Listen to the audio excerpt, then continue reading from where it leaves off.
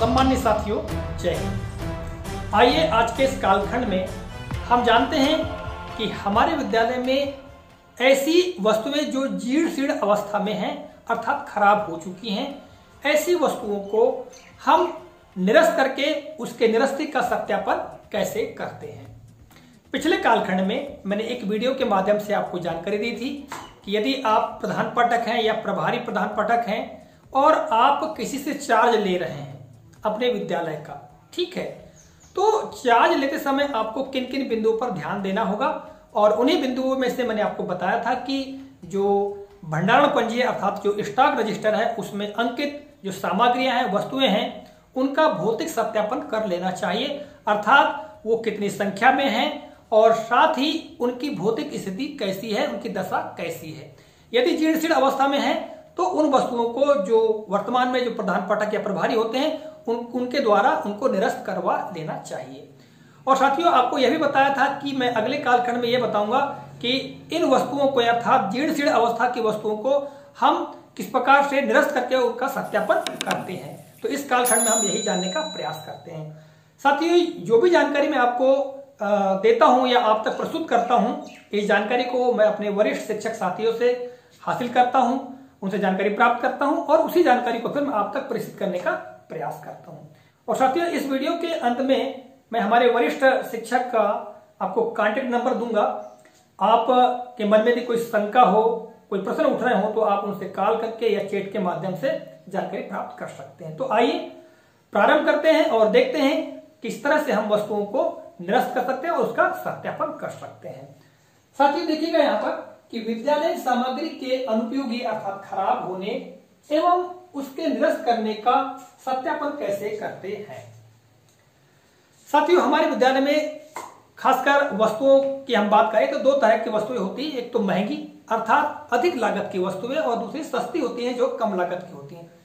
जैसे हम अगर कोई ट्रंक की बात करें अर्थात एक बड़ी पेटी या किसी अलमारी की बात करें, ठीक है, तो ये थोड़ा अधिक लागत की वस्तुएं होती है। इस तरह मान लो टेलीविजन की बात करें, मान लो, है ना, तो टेलीविजन थोड़ा महंगा होता है। और सस्ती वस्तुओं में देखिए यानी कम लागत की वस्तुओं में तो फाइबर की कुर्सियां हो गई, है ना, कुछ थोड़े बहुत बर्तन हो गए या कोई टंकी हो गई, मान लो पानी की या बाल्टी हो गई, तो ये कम लागत की वस्तुएं होती है। तो दोनों तरह की वस्तुओं को साथियों हम उनको निरस्त करने के लिए उसका सत्यापन कैसे कर सकते हैं उस पर हम बात कर रहे हैं। तो सबसे पहले हम बात कर लेते हैं साथियों ऐसी वस्तुएं जो काफी अधिक लागत की होती है, महंगी होती है, ठीक है। तो साथियों ऐसी वस्तुओं को निरस्त करने के लिए उसका सत्यापन करने के लिए हमको क्या करना होता है, जैसा कि मैंने यहाँ पहले क्रम पे लिखा है, सत्यापन समिति का निर्माण।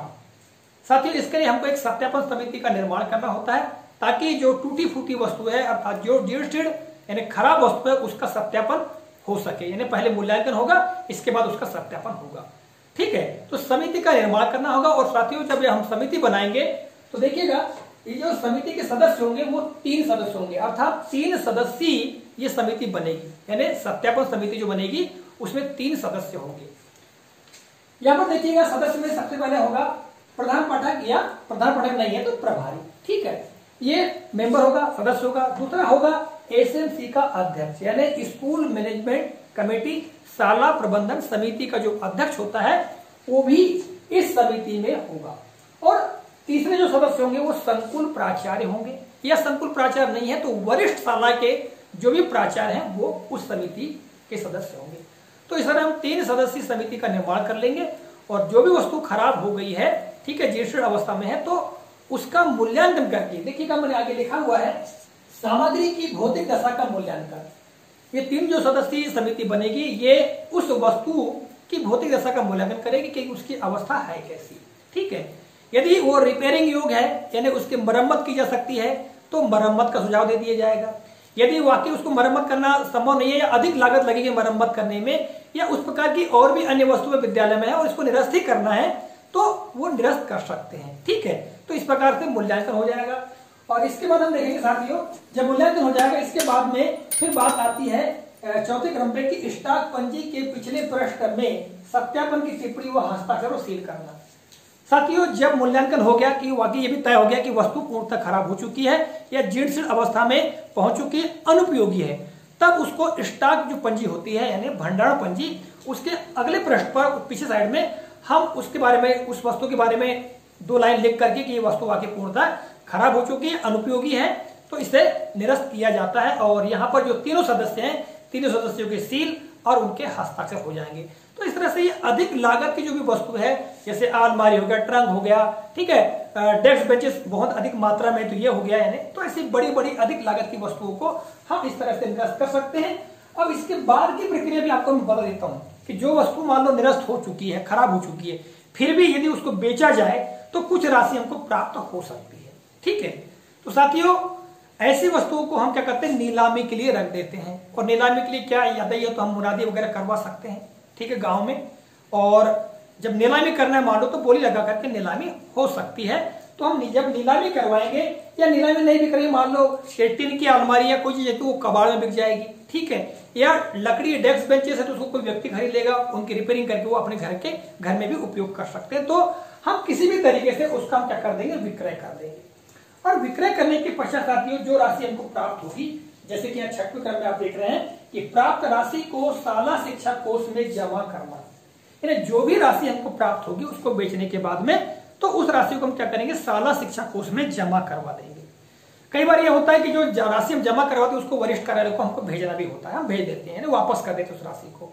या यदि उस राशि को आप खर्च करना चाहते हैं तो उसके लिए क्या करना होगा, आवश्यकता पड़ने पर वरिष्ठ कार्यालय से परमिशन अर्थात अनुमति लेकर उसको हम खर्च भी कर सकते हैं। तो साथियों, ये प्रक्रिया हुई काय की जो अधिक लागत की वस्तुएं हैं उनको हम किस तरह से निरस्त कर सकते हैं। अब हम बहुत संक्षेप में बात कर लेते हैं साथियों, ऐसी वस्तुएं जो कम लागत की हैं, ठीक है, तो उनको हम कैसे निरस्त कर सकते हैं। देखिए, छोटी छोटी वस्तुओं को निरस्त करने की समिति बनाने की आवश्यकता नहीं है।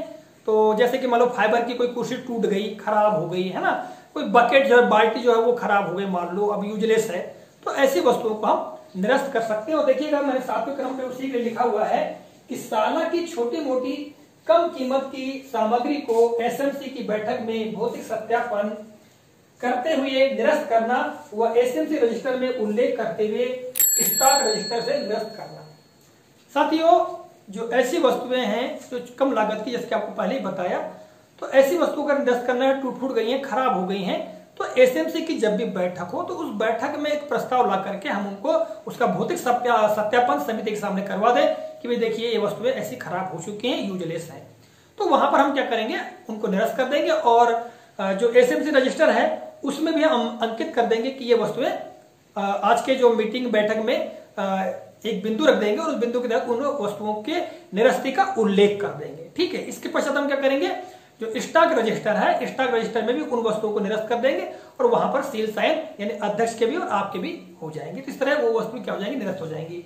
और यदि आप चाहे, मान लिया जाए जैसे कोई स्टील की चीज है, मान लो बकेट वगैरह जो होती है वो स्टील की होती है, फाइबर भी आजकल कबाड़ी में बिक जाता है, तो उनको बेच करके जो भी राशि प्राप्त होगी तो उस राशि को एसएमसी का जो खाता है उसमें जमा करा करके उसको आप उपयोग कर सकते हैं।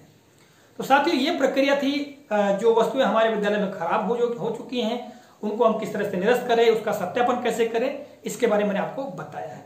आशा करता हूं ये जानकारी आपको काफी उपयोगी भी लगी होगी। और साथियों, जैसा कि मैंने आपको इस वीडियो के प्रारंभ में ही बताया था, और साथियों यदि आप लोगों को इस संबंध में कोई और भी जानकारी प्राप्त करना है या कोई प्रश्न आपके मन में खड़ा हो रहा है, तो आप हमारे वरिष्ठ शिक्षक, जैसा कि आप यहाँ पर देख रहे हैं, श्री DS पटले सर को, और यहाँ पर सर का कॉन्टेक्ट नंबर भी हमने दिया हुआ है। आप चाहे सीधे कॉल के माध्यम से या जो व्हाट्सएप है, व्हाट्सएप में मैसेज के माध्यम से जानकारी प्राप्त कर सकते हैं। तो साथियों, आशा करता हूं यह जानकारी आपको काफी उपयोगी लगी होगी। इसी के साथ आज के इस कालखंड से मैं विदा लेता हूं। अगले कालखंड में पुनः किसी नए प्रकरण को लेकर आपके समक्ष उपस्थित होऊंगा। तब तक के लिए नमस्कार, जय हिंद, वंदे मातरम।